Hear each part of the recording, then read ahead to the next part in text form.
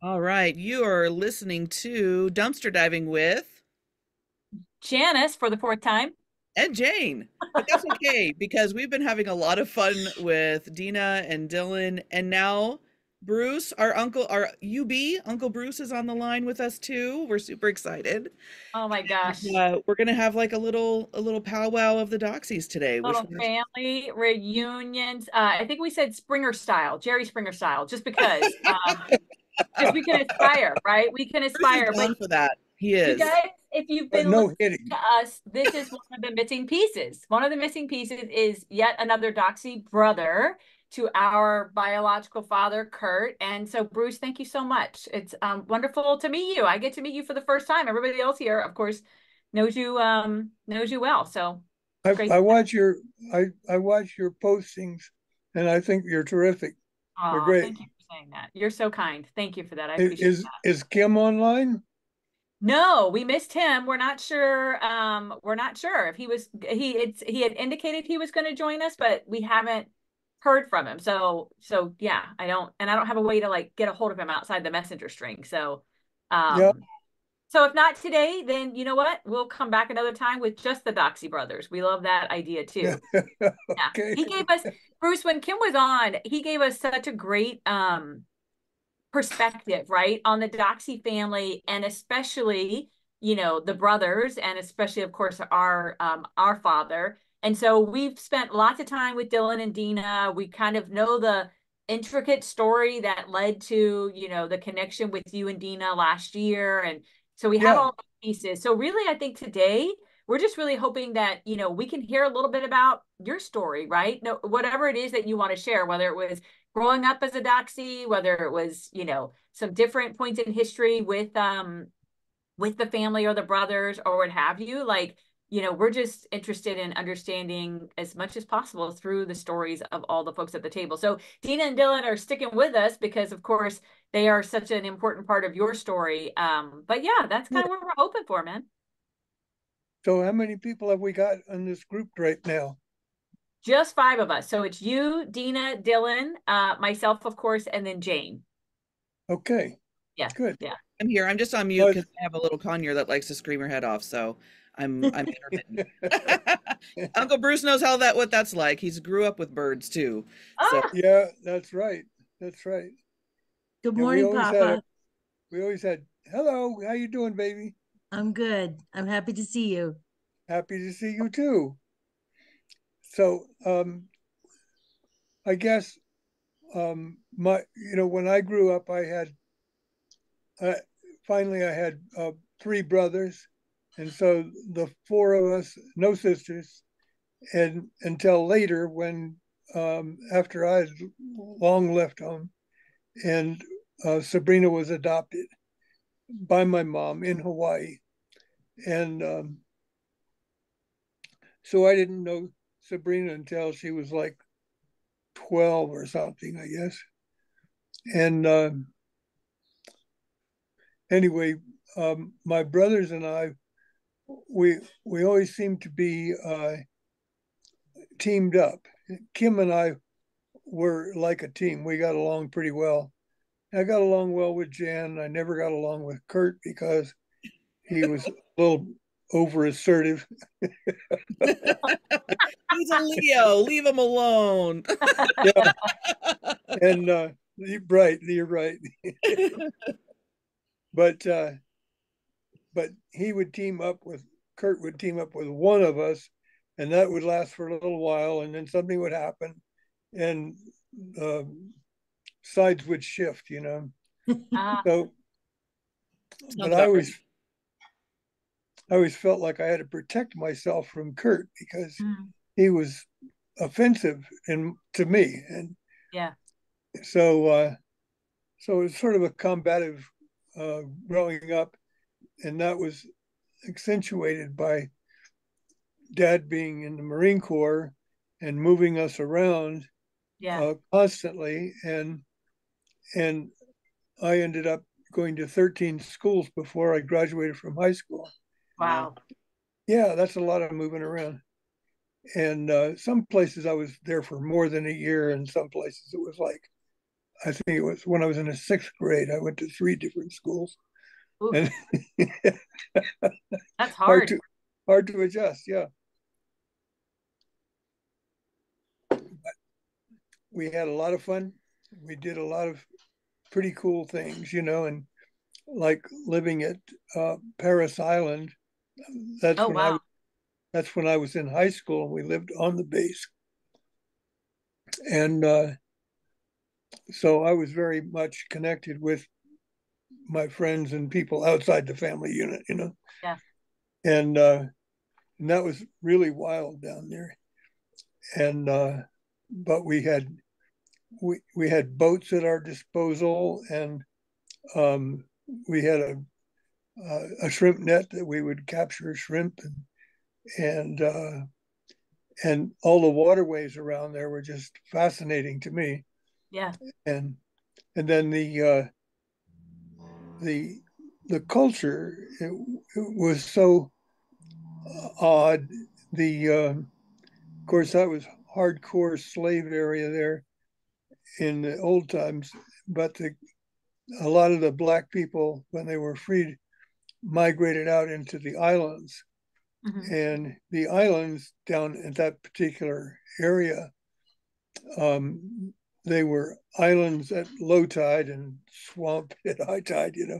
Yeah. And but they staked out high ground spots out there in the islands, and they maintained their own dialect, uh, which is Gullah, and Allah. Gullah, like Gullah, Okay. Gullah, and so I couldn't speak Gullah, so the when I'd go out to the islands, I didn't often succeed in chatting with just anybody I came across, and of course they were still intimidated around white people, and Yeah. so they were not assertive about creating communication, and so at one point, one of my friends in high school, his father was a plantation owner, and they grew a lot of different crops, and it wasn't much different from slave days. I'll tell you, the the black people did all the work, and the white people sat around and drank and smoked Mm. and and made jokes and Yeah. shot at things and whatever. So um, where was I going? Oh, and the Gullah people were also heavily into voodoo, and uh, and they would use that against each other in settling disputes and so forth. And there was a witch doctor in Charleston whose name was Dr. Buzzard, and Dr. Buzzard had been around for many decades, and he was a powerful force in all up and down the coast amongst the voodoo people. And the sheriff, the local sheriff, I don't remember where the county lines were and all that, but he was a he was a formidable character, and he had learned to speak Gullah, and he, after a few years as sheriff, became a witch doctor, and Wow. because it was the only way he could get the people to communicate with him. Mm. And so if somebody has a dispute and they want to settle it through witchcraft, they would take a root, a certain kind of root, Hmm. and dig it up and clean it up, and then they decorate it and do incantations over it, and then they would bury it on your property. Oh, wow. And then when that happened, your kids would get sick, your animals would get sick, everything went bad, and your crops would fail. And so they call on the sheriff, and the sheriff would come out and bring his dogs and his people, and they would do ceremony and Yeah. and they would they would find the root and dig it up, and then he would do, I don't know, whatever he did to diffuse the power of the root, and then he would sling it out into the water. Wow. And it worked. It worked for them. Yeah. And so it was, anyway, the point of the story was it was a very interesting Place to live. few Right? years. Jeez. Yeah, Wow. How long did you live at Parris Island, Bruce? 3 years. That was So was as that the long as longest? that was as long as I lived anywhere. And, Wow. Wow. yeah. So That's amazing. yeah, so 1960 to 63. That was when I Okay. was there. So did you And graduate high school from there, or you went someplace else to finish up high school? I went to high school there. Yeah, That's where that's I what did it sounds most like. of my high school, right there. Yeah. And also interesting point was in South Carolina at that time, if you had a driver's license, you could apply for a school bus driver's license, Oh, which I did, and I got a job driving a school bus while I was in school. oh my gosh. Yeah, That's amazing. it was pretty interesting. I got a lot of schedule alterations and so forth because of that, because Talk of the about job. a different time. That Yeah. Yeah. Did any of the kids challenge you, tell you to shut up because they were older than you, or No, no, I was a pretty tough kid back then, sounds like and there were bigger, tougher guys, but they weren't interested in hassling me. oh my And gosh, that's too funny. yeah, and So Bruce, oh, go ahead. I was a car guy. I'd spent my life reading about cars and car related stuff, Love it. and from living in California for a few years, I had gotten immersed in the car culture, and then we went back east to Virginia, and we were there for a fairly short time, but I also got some hands-on car experience there. And then when I moved to South Carolina, there were a lot of kids who drove cars to school, and a lot of them were pretty junky cars. Mm. And so it was like the beginning of Le Mans at the closing bell of school, people migrating very quickly to the parking lots, get in Yeah. their cars and get the hell out of there. Yep. But inevitably, there would be one or two or three or four cars out there that didn't fire up. And so I would go out there and help them get going. Nice. And so I established myself as a car guru, and because I could almost always get them started unless they had something broken that they had to go buy parts for or whatever. Right. And so after that went on for a while, I got acquainted with a few boys whose dads were moonshiners, and moonshiners would spend any money on their cars, and because they had to be really fast, they had to run from the cops. Of course. And we were only 40 miles from the Georgia border, so if you could go 120 miles an hour for 40 miles, you could shake the cops, Oh my gosh. And so they would invite me out to their places in the swamps or in the islands, and they would feed me and entertain me and so forth. And I would go out there and work on their cars, modify their cars, do all these things. And so I was a minor celebrity there for quite a while. Well, how old were you? Hold on. How old were you? Ish. 16 to 18. Yeah. Okay, everybody, hold on for a second. We gotta acknowledge the experience here, right? So as a 16, 17-year-old, you were a bus driver. You were Yep. a school guru, and you were a hired talent for the moonshining industry. So I just want to Yeah. put that in perspective with our 16-year-olds. Yeah, and like not to mention, it sounds like he was accepted by the local tribal community. Yeah, That's pretty much what happened, and yeah, knew other little secrets as well. So, Right. it's I swear it has to be a doxy thing because I swear like I even have weird stories about being integrated into people's like little communities and stuff. Like I think it's just in our DNA yeah, Maybe so. to yeah. befriend anybody and just like let's go. Let's have a good time, Yeah. And the thing in my head, Jane, is so our youngest daughter, right, is a junior in high school. So she's thinking about next year and applying to colleges and all the things. And so she's lamenting, right, about the fact that nothing terrible has happened to her. So she doesn't have a good college essay story. I'm thinking Bruce Oh my might God. write her story for her and we'll just Yes. insert her name in it and then she'll Yeah. boom. That's it. She's good. Yeah. Yeah. So, Except so she's you know, gonna have to life have has a been really too good good for story. her because she Yeah. doesn't have a good story. So damn, There you go. you know. So we're Bruce, this could be apologizing a for good that. revenue stream for you. This could be a whole new revenue stream. Writing kids' Yeah. essays for Well, college. That's I right. wanted to tell you about the plantation.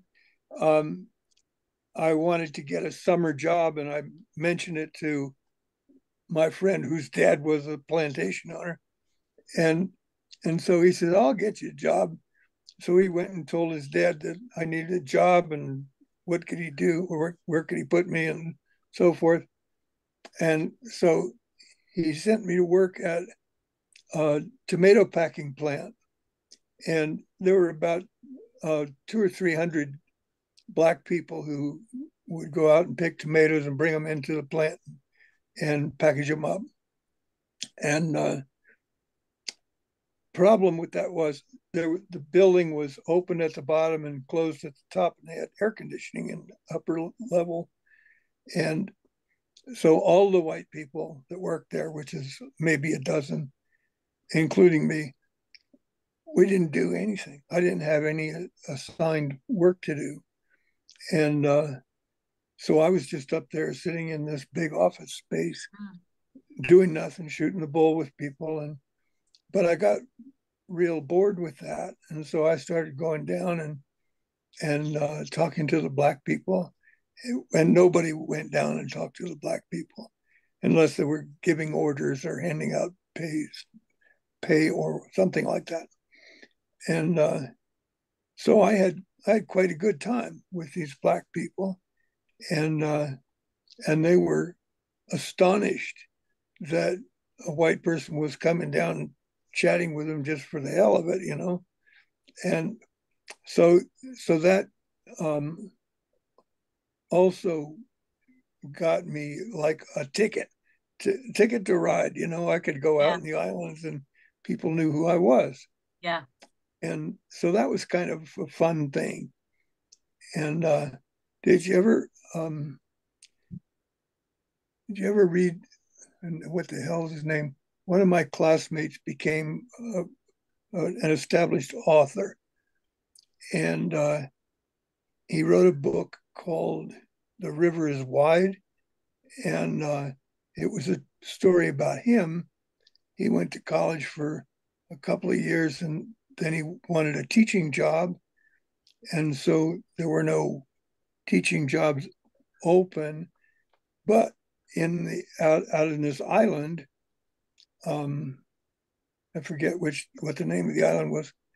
There was a big community of black people out there, and they had a school, and so he became a school teacher, and he tells a lot of great stories in this book about things he did and how he became accepted and so forth, and his interaction with individual kids and so forth, and Wow. disputes with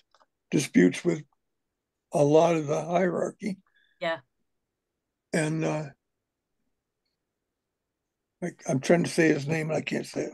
That's all right. We can look up the book itself, but it just Yeah. seems like obviously that was a really high impact, right, time in your life, and certainly being Oh able yeah. to kind of spend, like you said, multiple years there versus moving around. if you're okay with it, I would love to shift a little bit, Bruce, because we've heard a lot about a lot of things. And one of the people who keeps surfacing that I'm actually really interested in kind of better understanding who she was as a person is your mom. Oh, And yeah. some of our grandmothers, because I've heard the perspective of the grandchildren of your mom. And Right. I'm just super curious as a obviously as a woman myself, as a mom and a grandmother myself, and I'm just super curious about like what it was like growing up with your mom, and yeah, that's it. Like kind of who she Well, was as a let me tell from you your a little perspective. bit about her. Yeah. Um, her her mother was named Catherine, and the grandchildren always called her Nanu. And she had, I think, 6 children. One was stillborn or died in infancy, and but she was a single mother. After those children were born, her husband Appleton Lawrence, he flaked out and went and claimed he had a job offer and disappeared, kind of like Kurt, you know. Yeah. Papa, wasn't she the first woman in Washington to get divorced? I don't know about that. That's I what I haven't heard heard. that story. Okay. But anyway, she was a pianist, a concert pianist, and very, very quality music. And so that's how she made her living. That and teaching piano, students would come to her house. And she bought a little house in Arlington, Virginia, and which is where I was born. And she sometimes took in a boarder, rented a room to someone, and you know anything to make a buck to raise her kids. And she was also quite a character. She was sort of alcoholic, and she smoked King Edward cigars, and What kind of woman? they're, they're pretty nasty cigars. Let me tell Yeah. you, I tried one and it made me sick. The the other thing was Ram's Head Ale, and so sometimes she would get sick, which meant she was on a binge. You know, she was Right. drinking for a few days in a row, and but as a child, I would go and visit her, and she would send me up a long block to a local store, and they don't call them bodegas out there in Virginia, but you know, just a little small market liquor store kind of thing. And she'd give me a note, and with the power of the note, I could buy anything at all, you know, anything Wow. she wanted. And so that was kind of interesting. But anyway, she had 5 living kids, and every one of which is a story. Let me tell you. I bet. Um, Mom was Peggy was the youngest, and Peggy was um, always in theater. Well, all of them were in theater from time to time because my grandmother was. She'd always have them around the piano singing and and so forth, you know. But it was all show business oriented, and but boy, that group, I only heard them like 2 times when they all were all present and they were all singing, and God, they all remembered the different parts that Yeah. they would sing, and That's a, it was sensational. Wow. And there used to be a guy with a radio show named Arthur Godfrey. You ever hear of him? Yeah. yeah. Okay. Well, they would sing on his, not all of them, but I think 2 or 3 of them would sing on the Arthur Godfrey show Wow. on radio. That's awesome. And the house when she bought it had no electricity and no plumbing. And so as the kids grew up, Bill, who was the second oldest, I think he was second oldest, maybe, I don't know, I can't remember exactly, but Bill was a guy who developed skills like crazy. He was amazing, and he became a plumber when he was 15 years old or something. And so he plumbed her house. She gave her 2 bathrooms and a real kitchen. Wow. And, yeah. Yes. And then he took up being an electrician, and so he wired the house for it to get light and power into all the rooms. And so he was a pretty wild character.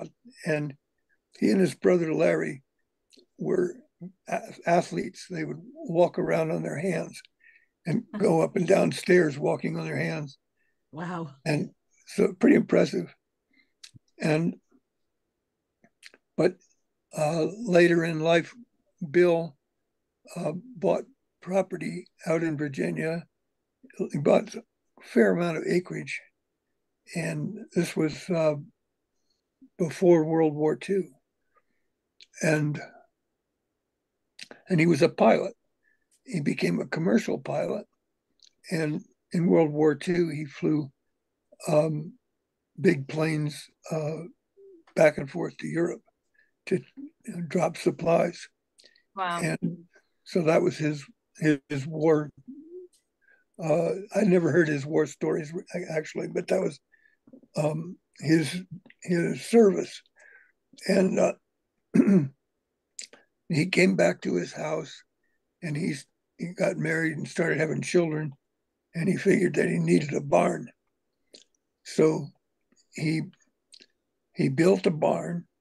He also built his house, which was a little wooden house, but he built this barn, and he couldn't afford the lumber to build a big wooden barn, so he decided to make a block wall barn, and he made his own cinder blocks, 15,000 of them, to build his barn. It still stands today, and they always kept a cow and so forth. But he did a lot of fantastic things, and he was always building something. He was building a big house in the side of the hill, and he there was a stream that went, or a little minor river stream, something that went through his property, and so he dammed it up and made a little lake there, and made a real beautiful bridge that went from one side to the other, because his access to the road was by his little house, his old house, and to drive to the new house, which he had to do to carry building materials, a lot of stone and cinder block and so forth. And so it was turning into a really ritzy kind of property out there. Wow. And it was located right next to the Manassas Battlefield Park. Oh yeah. And so he found in his little river, he found a perfectly preserved musket, or no, it was a cap and ball rifle, I guess. Whatever it was, he found it in the mud, So in the smart. bottom of the stream. Yeah. And which led him into making his own guns, and collecting guns. And by the time he died at, I don't know, 95 or whatever he was, he had an amazing collection of guns. And by that time he had moved up to Washington. What? So I am, so first off, your depth of like detail is amazing to me. And I feel like Jane, obviously there are like many episodes to come in terms of like the different people and the potential of the stories, Bruce, that you're kind of bringing to the table with them. Yeah. So I'm thinking about so then and we have about 20 more minutes or so in terms of like the length of this episode. Mm, So I'm wondering if we can, like, I love that you told us now about your grandmother, so some of our like great grandmother, and then you got to your mom and her siblings. And I think we're right. hearing about one of her brothers right now. So can we I shift to your wanted to mom? tell you about my mom, but Yeah, I had to yeah. tell you about her siblings Oh, to I put understand everything in that. perspective. I know, I know, I know. So I think we, like I said, we probably have many times to come back to hear about We all can the always different have people. the UUB University, so University of Uncle Bruce, and we can have I like love it. Yes, yes. So, but honestly, I'm going to be really selfish, and I love on one hand, I don't want to sacrifice the context that you're setting for us. On the other hand, I'm really just like I would love to hear a little bit more about your mom, and then we can come back to all the siblings if that's okay. Just because, Sure. yeah, I would love to hear your perspective on her. Well, she was a little timid when she was a girl, and but she was a pretty girl, and um, they all lived in my grandmother's house, and um, they went to school and so forth in a normal way. And I'm sure there's a lot of content that I never heard there, but and then Peggy, her younger sister, was the baby doll. She was really pretty, and she was like privileged character for some reason. And so she grew up there, and losing my voice. Um, what was I getting to? Oh, she was a performer because of my grandmother, Right. and she was a singer dancer kind of girl. And when she finished school, she became a professional dancer. And this is like the tail end of the what do you call the age of people on in theater making short movies and performing on stage. Okay. And there's a word for it. Um, but she had a partner which she was not involved with other than being a dance partner. Yeah. And she was involved in theater in Washington D.C. And I think that's where she met my dad. Um, she, I believe she met Bob Rawlings when she was still in school, Okay. They and went to school together. right, she was very enamored of Bob, and and Bob was enamored of all the pretty girls, and it's true. hmm. And I loved Bob. Everybody did, but he was a bit of a scoundrel, and a very cool individual. Always had nice clothes, and looked great all the time. Ooh. And where was I going? Oh, so she met. Then my dad was a Marine, and he was stationed at the what they call the Marine barracks in Washington D.C. And they were the guys who did all the ceremonial work where the Marines needed to be represented in Washington D.C. and Arlington Cemetery.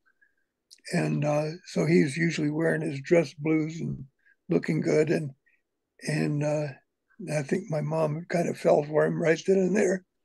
Hard And to resist a man in uniform, Bruce. We all know that. Right. yeah, so he asked my mom to marry him, and he was a pretty talented guy also, and but he impressed her, and they got married. And my mom told me much later on that if Bob Rawlings had asked her first, she would have married him. Oh man. Funny. Yeah, This is the Jerry Springer part, people. This is it Yes. right there. yeah. I was just thinking about, grandpa because I I remember going to church with them, when we lived in Florida. I remember going to the flea markets and the grandpa would always say, "Flea market, we don't need any fleas." And we'd be like, "Grandpa," like he would always have his little cute jokes. But other than that, I don't remember a lot about him. So we're gonna have to do an episode about Grandpa Don because like Yeah, I don't remember because we spent more time with Grandma Jane when we did the little bit of time that we did at their home in like Key West and stuff like that. And we spent more sure. time more doing, ceramics and painting and different things. And then Grandpa was, blowing his nose upstairs, and you could hear, Yeah, so I don't remember a lot about him. So I would love to do an episode about Grandpa and get you and Kim together and kind of talk about, yeah. him Kim, a little I, bit. I'm always surprised at the different things that Kim knows that I didn't know. So it would be good if we were both present. Yeah. I love that Yeah, idea. not to derail the Grandma Jane because I want you to keep going, but I just had to insert that because it just dawned on me. We don't talk about Grandpa Don very much, and I would love to. So Right. carry on with Well, Grandma Jane because she was the he, best. yeah, he was not the kind of person who looks for attention or publicity or anything. Right, exactly. Wasn't him. So he always gets the second billing. Exactly. So yeah, you probably knew some pretty interesting stories from Key West that I didn't know about because I was basically never there. I was stay for a week or Yeah, what, and that was pretty rare too. yeah. So where are we going? Are we running out of time?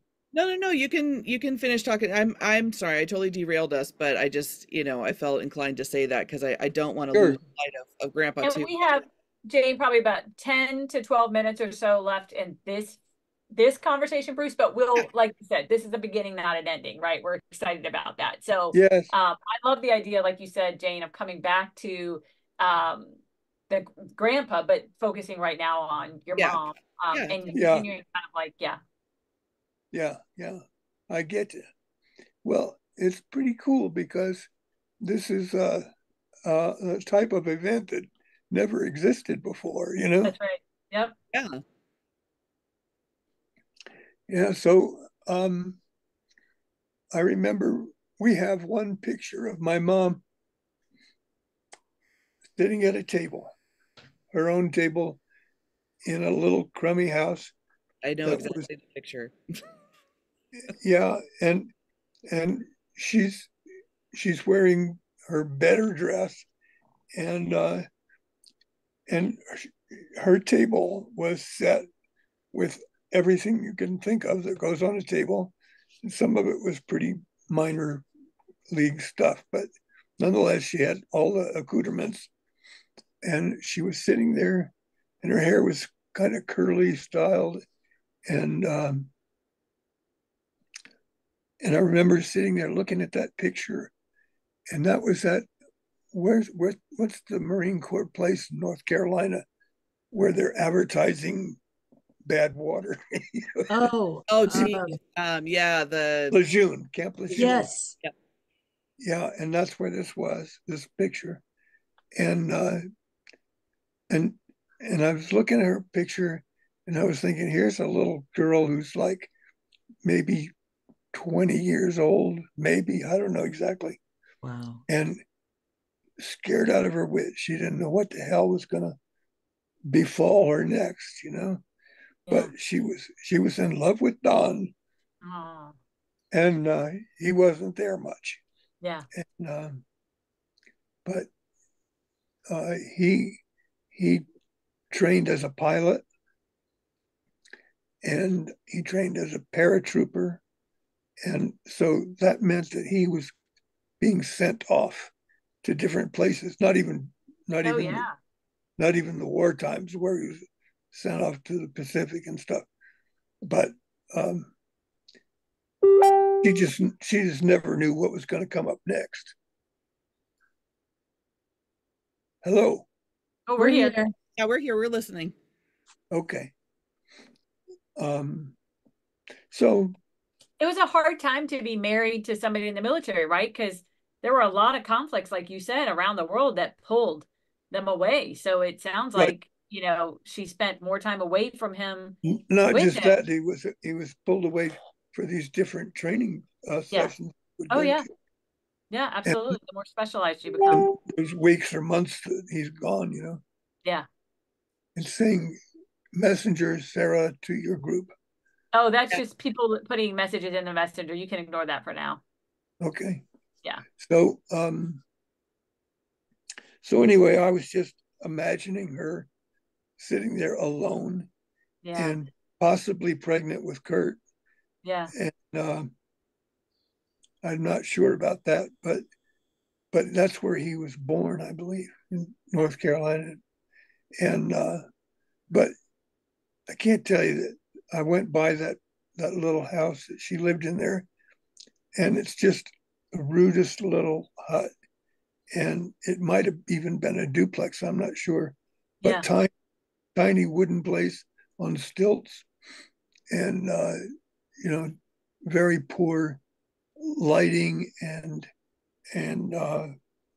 obviously bad water, and you Yeah. know, pretty horrible uh, situation. But there she was, dressed up and set the table with candles and the whole thing. Yeah. and, Wow. You know what? and That there honest she was, you know. that Bruce for me, like we could stop right now, and here's why. Because that is like that captures so much of the Jane, I don't know about you, but the pieces that I feel like we're hearing about, both your memories, right? And you and Dylan have both shared memories of her from when you were younger.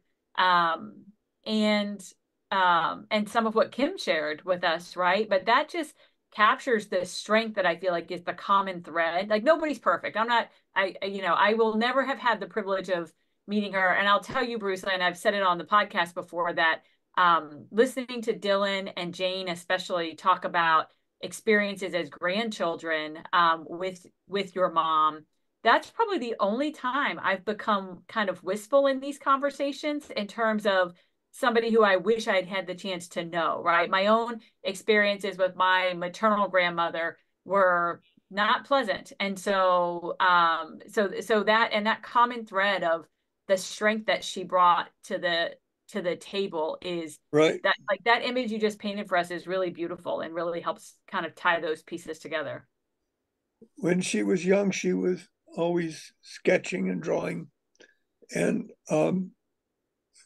by 1949, I guess, she decided that she was really going to be serious about her artwork, and she took lessons. We were living in Oceanside, California, Yeah. North San Diego County, Yeah. and